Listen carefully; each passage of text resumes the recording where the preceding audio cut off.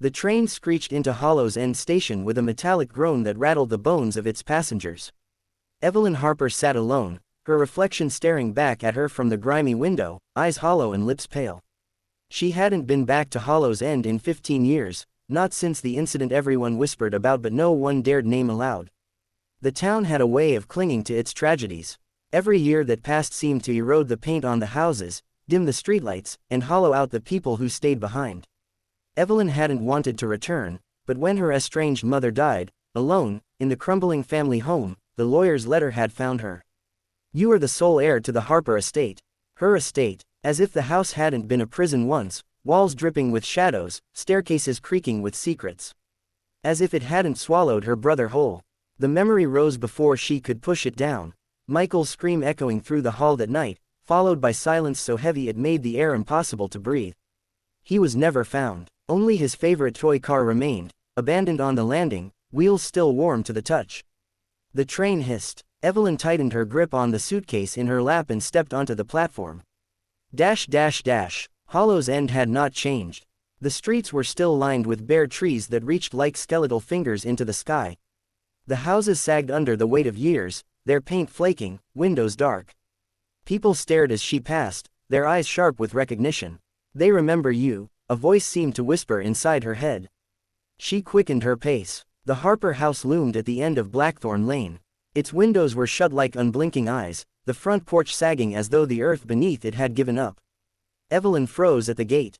She had dreamed of this house so many times, always waking drenched in sweat, the echo of her brother's scream still rattling in her skull. Now she was back. The key slid into the lock with a reluctant click.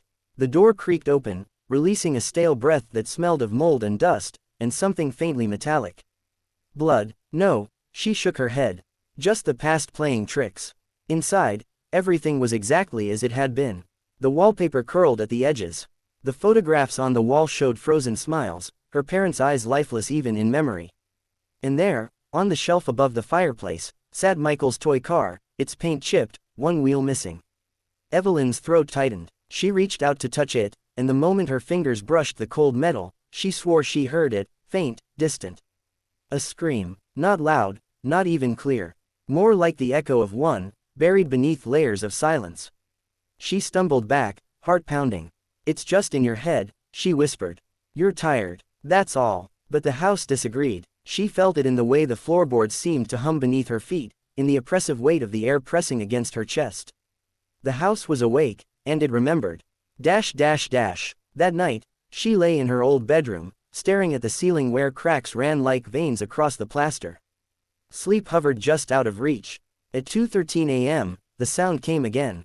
A whisper. "Evelyn." She sat bolt upright. The room was empty, shadows stretching long across the floor. Her heart thundered. "Michael." Her voice was barely a breath.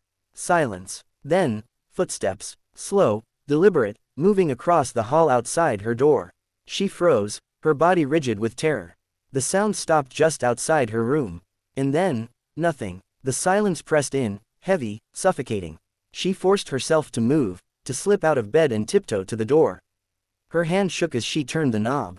The hallway was empty, bathed in the pale light of the moon filtering through the window at the far end. But on the floor, right outside her door, was Michael's toy car. The same car she had left on the fireplace shelf. Her stomach turned to ice. She bent down, trembling, and picked it up. The metal was freezing cold, almost burning her skin. And then she heard it, clear this time, though muffled, as though coming from behind the walls. A scream. Michael's scream. Evelyn didn't sleep for the rest of the night. She sat in the corner of her room, clutching the toy car, listening to the silence that wasn't silent at all. Beneath the stillness, beneath the creaks of the old house, there were sounds, scratching, whispers, the faintest echo of voices long forgotten. By dawn, her hands ached from gripping the toy so tightly. She set it down on the nightstand and went downstairs, her head pounding with exhaustion.